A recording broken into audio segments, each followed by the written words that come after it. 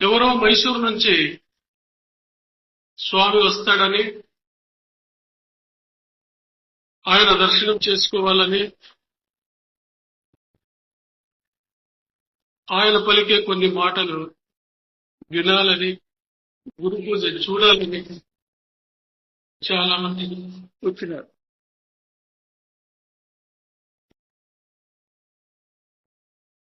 నేను దేవుడను కాదు, దైవాంశ సంభూతుడను కాదు, అవతార పురుషుడి అంతకంటే కాదు.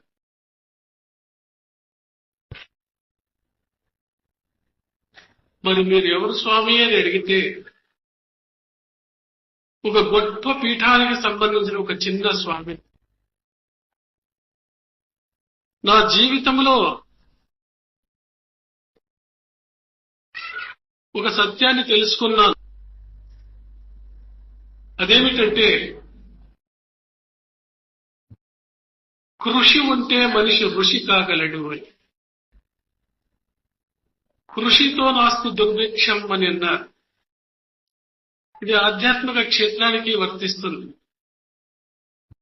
ఆధ్యాత్మిక క్షేత్రంలో కృషి ఉంటే తప్పక వాడు ఋషి కాగలడు అనే సత్యాన్ని నా జీవితంలో నేను తెలుసుకున్నటువంటి పరమ సత్యం ఇది.